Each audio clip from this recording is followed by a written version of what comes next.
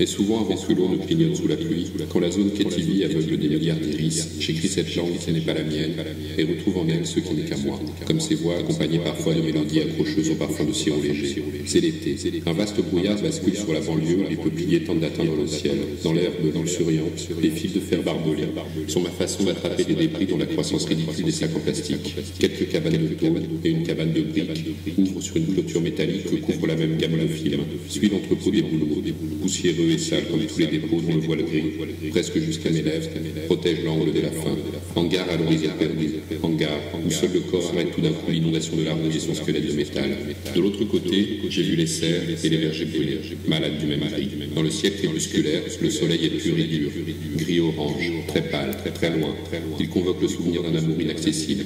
Les semis ont été abandonnés. Dans la dégradation répétée de la dernière section, j'arrive à un carrefour. Deux dragons gardent le pont.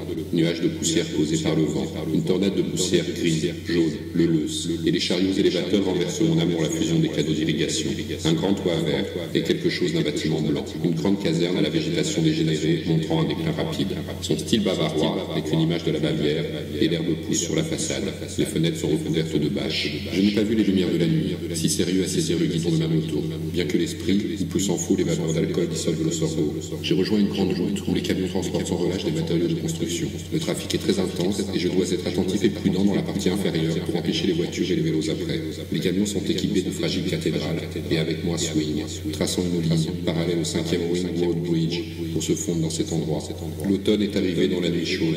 Je pense au premier matin, mes yeux qui roulent dans la boue jusqu'aux larges fleurs, une cascade de colline en colline comme se répondant, des bâtiments délabrés hérités du ciel et un horizon brouillé, liquidation totale de la lumière des néons.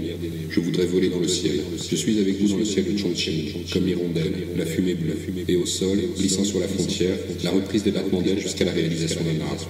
Même dans l'obscurité, pour voir l'ourlet d'ordures, et même côté lisse des dunes de sable entourées des ordures noires le long des creux. Chongqing, mes larmes silencieuses, veilleuses électriques, mes yeux sont violets.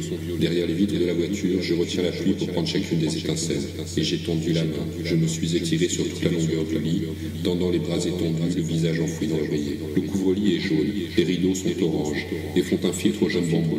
Bien que le silence soit difficile à décrire, la gravité de celui-ci a attiré mon corps d'épuisement. C'est le jour, puis c'est la nuit, et je suis heureux, peut-être, d'être là, bien sûr, encore en vie. Je repose sur un lit d'or du campus, filtrage des rideaux de la même couleur pâle des étoiles lointaines, pénétration de la lumière dans les bambous. Je regarde, je ferme les yeux et je répète, Chongqing, mes larmes silencieuses dans la nuit. J'ai entendu un couteau tuer le bloc de bois de la cuisine. J'ai entendu cette femme parler à la réceptionniste, puis sourire, et se diriger vers les enfants qui jouent sous la pluie. J'ai entendu la pluie qui ruisselait. Chacune de ces gouttes attrapait les lumières de la ville.